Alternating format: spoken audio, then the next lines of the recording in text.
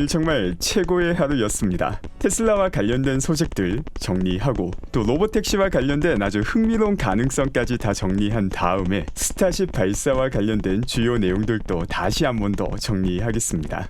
먼저 세계 각국에서 기준금리 인하가 이어지고 있습니다. 캐나다 같은 경우 어제 기준금리 인하가 단행이 되었으며 오늘 유럽에서도 기준금리 인하가 단행이 되었습니다. 이렇게 세계 많은 국가 또 경제권에서 기준금리 인하가 진행이 되며 미국 역시 올 하반기 기준금리 인하 가능성이 더 높아지게 되었습니다. 이렇게 기준금리가 인하되게 된다면 테슬라 수요 역시 끌어올릴 수 있는 긍정적인 이벤트가 됩니다. 예정되었던 직원들의 12.4.1 FSD 배포가 확인이 되었습니다. 또 이와 함께 테슬라 API를 통해서 아주 흥미로운 내용이 확인되기도 하였습니다. 이 API를 통해서 여러 가지 기능들을 볼 수 있는데 그중 하나가 내부에 사람이 있는지 없는지를 확인하는 API도 볼 수 있으며 어떤 사람인지 얼굴 정보는 제공하지 않지만 사람이 존재 유무 자체는 확인할 수 있는 기능이 확인되었습니다. 그 밖에 게스트 모드라는 거 역시 확인이 되었는데 이 게스트 모드를 활용하게 된다면 차량을 운전하기 위해서는 비밀번호를 입력해야 됩니다. 이와 같은 기능은 허츠 같은 렌탈 회사에서 사용이 되는 건데 테슬라가 제공하는 기본 API에 새롭게 확인이 된 것입니다. 그 다음에 나오는 건 라이더 퀄리티 스코어라는 게 나오는데 이게 운전할 때 점수를 매기는 것과 같은 기능입니다. 차주가 아니라 게스트가 운전할 때 역시 점수를 매길 수 있는 기능이 되게 됩니다. 지금 타이밍이 아주 절묘하죠. 로보택시를 준비 중인데 지금 확인된 이 API와 로보택시를 연관해 보면은 상당히 와일드한 추측을 할 수도 있습니다. 자, 지금부터는 그냥 허니잼 피셜입니다. 공식적인 내용은 아니고 충분히 이럴 수 있겠다라는 생각이 들어서 제 생각을 공유하는 겁니다. 지금까지 우리가 생각하던 로보택시는 마치 택시를 타는 것처럼 승객으로서 참여하는 게 로보택시였습니다. 근데 그게 아니라 당연히 운전면허가 있는 사람이 자동차를 초단기 렌탈하는 형태로 로보택시를 활용하게 된다면 어떨까? 대부분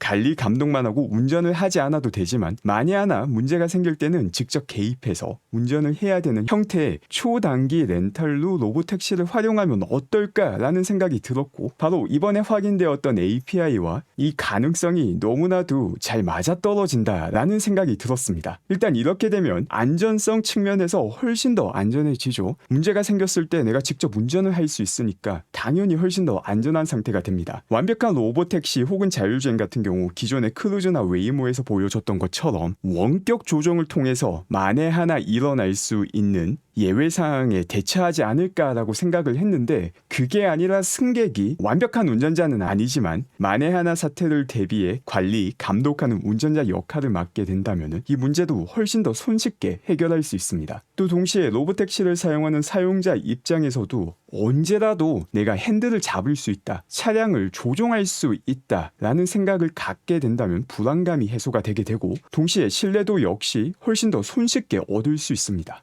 이에 따라 당연히 규제의 허들도 훨씬 더 낮아지게 됩니다. 완벽한 자율주행이 아니라 사람이 언제라도 개입할 수 있는 형태의 초단기 렌탈이 되기 때문에 적용되는 규제 자체가 달라지게 됩니다. 그리고 앞서 살펴봤듯이 여기에 라이더 퀄리티 스코어가 있는데 이 점수에 따라서 사용료를 차등해서 매길 수 있게 됩니다. 안전운전을 많이 하는 라이더에게는 당연히 높은 점수가 부과가 되고 또 미래에 로보택시를 사용할 때 훨씬 더 저렴한 가격을 제공해 주게 된다면 당연히 안전운전을 하는 사람이 많아지게 될 것이고 이렇게 된다면 테슬라로서는 더 빠르게 훌륭한 운전을 하는 주행자 데이터를 확보할 수 있게 됩니다. 일론 머스크가 벌써 미래에 1년에 한 번 운전자 개입이 필요한 수준으로 가는 길을 보았다라고 말을 했는데 사실 1년에 한 번 사고 나도 이거는 말이 되지 않는 거죠. 너무나도 사고가 많이 나는 거죠. 물론 궁극적으로 로보택시는 사람보다 10배, 100배 안전한 단계에서 진행이 될 것이다 라고 일론이 말하기도 하였습니다. 근데 1년에 한 번이라는 게 지금 FSD 수준과 비교하면 엄청난 개선인데 로보택시의 안전도 기준에서 보면은 많이 부족합니다. 그래서 그 갭을 메우는 단계로서 단순하게 승객이 아니라 초단기 렌탈로서 사람들이 아주 저렴하게 택시를 활용할 수 있는 방안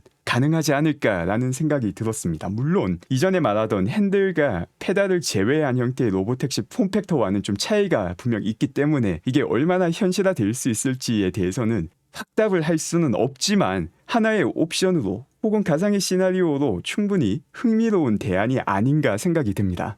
또 그 밖에 4680 배터리와 관련해서는 5천만 번째 배터리 생산을 기가 텍사스에서 해내었습니다. 이 배터리 생산이 얼마나 빠르게 진행되고 있는지 차트를 통해서 보게 되면은 2020년부터 4680 배터리 생산을 시작해서 2022년 초기 생산 속도가 빠르게 증가하였고 2023년 하반기 다시 한 번 더 생산 속도가 올라간 상태를 계속 유지하고 있습니다. 이를 통해서 누적 생산량 5천만 개를 달성하였는데 여기서 추가로 생산 속도가 더 빨라질 수 있습니다. 바로 지난 5월 29일 다루었던 내용이죠. PNT에서 테슬라의 건식 공정 설비를 수출한다라는 내용이 확인이 되었기 때문에 건식 공정을 거치게 된다면 다시 한 번 더 지금 이 그래프만으로도 충분히 S커브인데 다시 한 번 더 기울기가 가파르게 올라갈 수 있게 됩니다. 또 그 밖에 기가 텍사스에서 이드라 설비가 추가로 들어오고 있는 것이 확인이 되었습니다. 기가 프레스가 계속해서 기가 텍사스로 들어오고 있는 게 확인이 되었는데 이번에 새로운 설비가 확인이 되며 9,000톤 기가 프레스 가능성 역시 언급이 되고 있습니다. 지금 보시는 사진 같은 경우 22시간 전에 드론으로 촬영된 영상입니다. 제프님께서 공유해 주신 이 영상을 보게 되면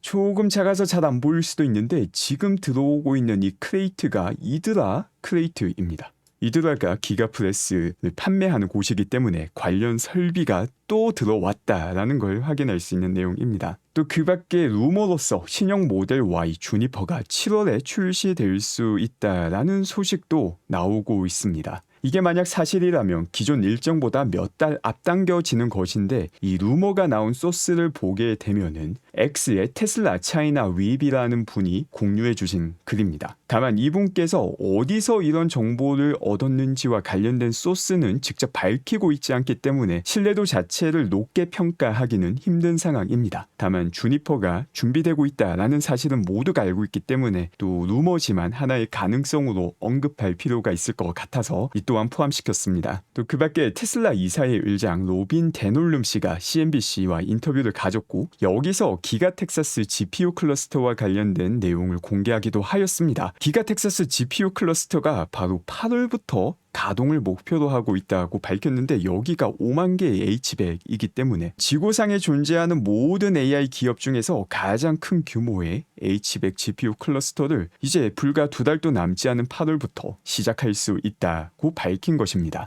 또 오늘의 하이라이트는 스타쉽 발사 4차 테스트였습니다. 벌써 4차 발사 테스트가 진행이 되었고 너무나도 성공적이었습니다. 드라마보다 드라마 같았던 주요 장면들이 많이 나왔는데 이 내용들 함께 확인하기 전에 언론사의 반응부터 보겠습니다. 지금까지 스타쉽이 아주 큰 성공을 성취한다 하더라도 매번 실패했다라는 기사가 나왔는데 이번 같은 경우에는 CNN, CNBC, 월스트리트저널, 뉴욕타임즈, 엑시오스 등등 모두 다 성공했다라는 기사를 내고 있습니다. 아무래도 마지막까지 터지지 않고 해상 착륙에 성공했기 때문에 더 이상은 부정적인 기사를 도저히 적을 수 없는 수준에 다다랐다라는 것을 의미하는 것으로 보이며 불과 4번 테스트 만에 이런 수준에 도달했다라는 게 정말 놀랍습니다. 일단 첫 번째로 살펴볼 내용은 1단계, 2단계가 분리되는 핫스테이징 단계입니다. 너무나도 부드럽게 핫스테이징을 통해서 슈퍼 헤비가 분리가 되었고 분리되었던 슈퍼 헤비는 다시 해상으로 돌아가서 완벽한 자세 제어와 함께 착륙까지 성공하게 됩니다. 그리고 이 착륙 장면이 또 처음으로 생중계되기도 하였습니다. 보시면 완벽한 자세 제어가 되고 있는 것을 볼 수 있습니다.